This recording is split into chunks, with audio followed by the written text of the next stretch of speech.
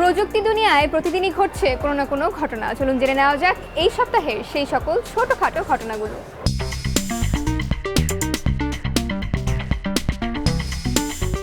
প্রযুক্তি দুনিয়ার খুবই সাধারণ শব্দ অধিগ্রহণ। হালের সব টেক জায়ান্টরাই এক বা একাধিক কোম্পানি অধিগ্রহণ করেই আজকের জায়গায় এসেছে। এর বাইরে নয়, পৃথিবীর সবচেয়ে বেশি ব্যবহৃত সার্চ ইঞ্জিন গুগলের প্যারেন্ট কোম্পানি অ্যালফাবেট। সম্প্রতি শোনা যাচ্ছে $35 বিলিয়ন মূল্যের হাবস্পট নামক অনলাইন মার্কেটিং সফটওয়্যার কোম্পানিকে অধিগ্রহণ করতে যাচ্ছে অ্যালফাবেট। অ্যালফাবেট শেষ পর্যন্ত এই অধিগ্রহণে সফল হলে এটি অ্যালফাবেটের এখন পর্যন্ত সবচেয়ে বড় অধিগ্রহণ হতে যাচ্ছে। অধিগ্রহণের খবরে হাবস্পটের শেয়ারের দাম 11% বেড়ে $693 চলে আসে।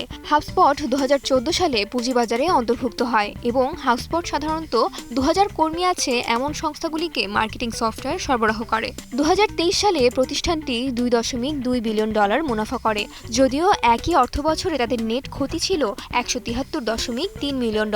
2023 সালের ডিসেম্বর পর্যন্ত হাবস্পট মোট 14টি কোম্পানিকে অধিগ্রহণ করেছে।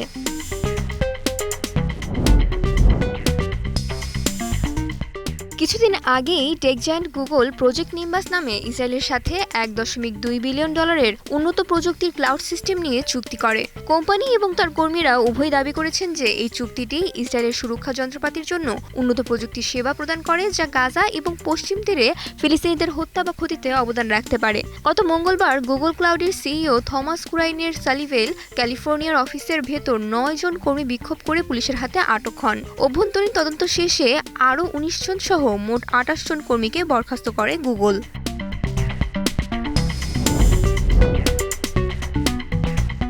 স্পেস জাঙ্ক রিমুভাল বা মহাকাশের বর্জ্য অপসারণ স্টার্টআপ অ্যাস্ট্রোস্কেল আগামী জুন নাগাদ জাপানের শেয়ার বাজারে অধিভুক্ত হবার জোর চেষ্টা চালাচ্ছে।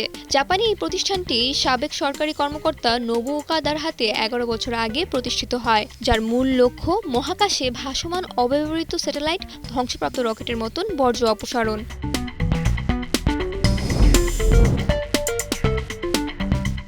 হিউস্টন, টেক্সাস ভিত্তিক আন্তর্জাতিক পরিমণ্ডলে ক্লাউড কম্পিউটিং নিয়ে কাজ করা প্রতিষ্ঠান ওরাকল ক্লাউড ইনফ্রাস্ট্রাকচার জাপানের ক্লাউড কম্পিউটিং ও এআই খাতে 10 বছর মেয়াদী $8 বিলিয়ন বিনিয়োগ করছে।